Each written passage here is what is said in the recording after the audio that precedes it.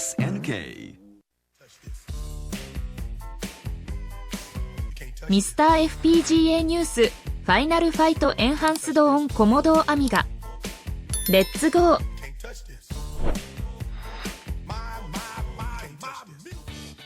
Eh bien bonjour à tous, voici une nouvelle vidéo pour vous présenter donc une nouveauté sur le Mr. FPGA et plus principalement comment bien configurer le corps Amiga pour jouer à Final Fight Enhanced qui vient de sortir récemment sur ce support. Donc on va regarder ça ensemble, c'est très simple, il faut juste suivre ce que je vais vous montrer à l'écran et le jeu tournera parfaitement sur ce support. Donc là on voit que c'est pas le bon boot, donc nous ce qu'on va faire c'est qu'on va modifier la configuration du corps Mini-MIG et on va donc mettre celle-ci que moi j'ai déjà sauvegardée, et pour ce faire donc on va modifier les options suivantes pour avoir le résultat quand on va lancer le corps suivant. Mais vous inquiétez pas, c'est très simple, on regarde ça tout de suite ensemble et comment configurer tout ça. Donc dans les options du corps avec l'interface OSD, vous allez donc aller dans Drive. Ici vous allez bien vérifier que Primary Master et Primary Slave sont en Disable. Si c'est pas le cas, mettez-le en Disable. Secondary Master et Slave aussi en Secondary. Et Floppy Disk on. Donc ici aussi en CPU vous mettez 68000, le chipset c'est ECS, chip RAM c'est 2 Mb, fast RAM c'est 2 Mb et slow RAM c'est 512K. La manette comme vous voulez, et le ROM Kickstart c'est très important, il faut mettre la 2.04 ou la 2.05 si vous l'avez. Si vous l'avez pas, il faut la télécharger sur internet. Une fois que c'est fait, vous faites Save Configuration, vous mettez celui-là dans Other Config et après vous rechargez cette configuration et vous allez normalement donc avoir l'écran qu'on voit depuis tout à l'heure, l'écran avec un fond violet et la disquette qui s'insère. Donc ici vous allez donc charger votre jeu Final Fight Enhanced qui tient sur 2 disquettes, donc DF0 vous mettez la première et DF1 forcément vous mettez la deuxième disquette. Et là vous allez voir que le jeu va booter et se lancer via le workbench de l'Amiga qu'on connaît. Après cela vous allez avoir un écran noir, vous inquiétez pas, c'est normal, ce n'est pas sale. Et une fois donc cet écran passé, c'est 5 à 10 secondes maximum, vous allez avoir un autre écran qui va indiquer loading. Ou pas, non même pas, vous allez directement avoir cette information. Et ici vous allez choisir 1, 2 ou 3 en fonction des floppy disques que vous avez sélectionné. Moi j'ai mis le troisième pour qu'il puisse lire la première disquette et la deuxième disquette durant toute la partie.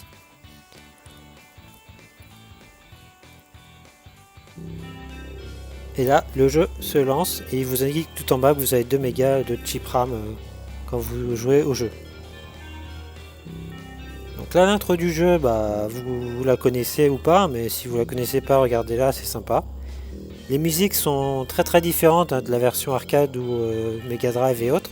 C'est vraiment un son très typé Amiga, vraiment différent. On aime ou on n'aime pas, moi je trouve ça original, donc pourquoi pas.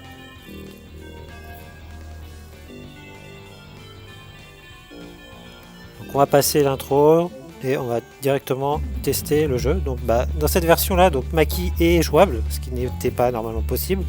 On a Guy, Cody ou Babigi, ça dépend, et Agar aussi qui est jouable. Donc 4 personnages jouables, et en plus si vous avez un ami, vous pourrez y jouer à 2. Bon, c'est toujours pas mon cas, mais c'est possible. Donc vraiment c'est super sympa cette version sur Amiga.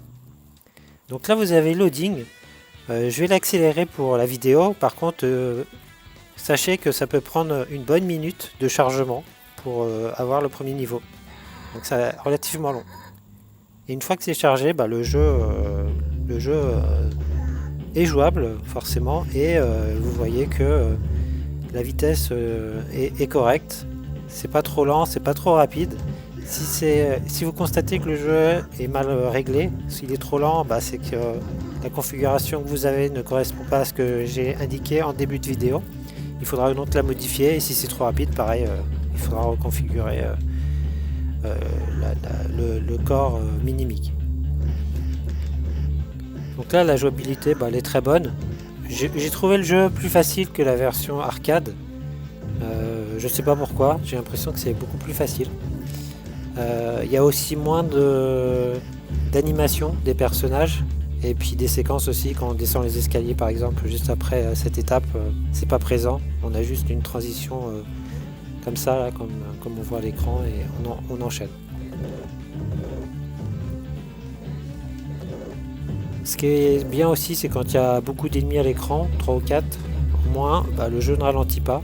C'est une prouesse technique, je pense, quand même, sur ce support, vu la taille des sprites. C'est pas sans concession, parce qu'on voit effectivement que les décors sont moins détaillés, il y a peut-être moins de couleurs et autres, mais c'est déjà pas mal et ça reste relativement propre.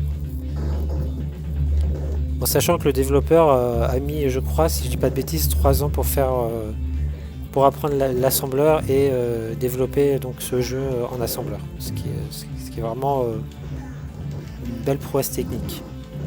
Donc là, on voit le premier niveau. Je ferai pas les autres niveaux, hein, ça vaut pas la peine, je pense. Donc vraiment aucun souci. Moi j'ai été agréablement surpris par ce jeu, donc n'hésitez pas à le tester. Regardez bien le début de la vidéo pour comprendre la configuration sur le Mister FPGA à mettre. Une fois que celle-ci est en place, amusez-vous et profitez bien du jeu, parce que Final Fight quand même c'est un monument de l'arcade, et sur l'Amiga ça n'existait pas avant cette version.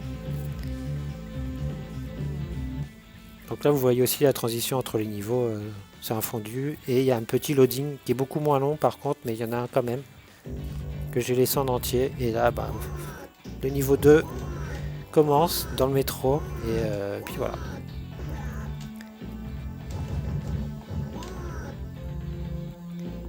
Merci à tous d'avoir regardé cette vidéo ou pas jusqu'à la fin, et puis je vous dis à très vite pour de nouvelles vidéos sur la chaîne. Allez, bon jeu, ciao!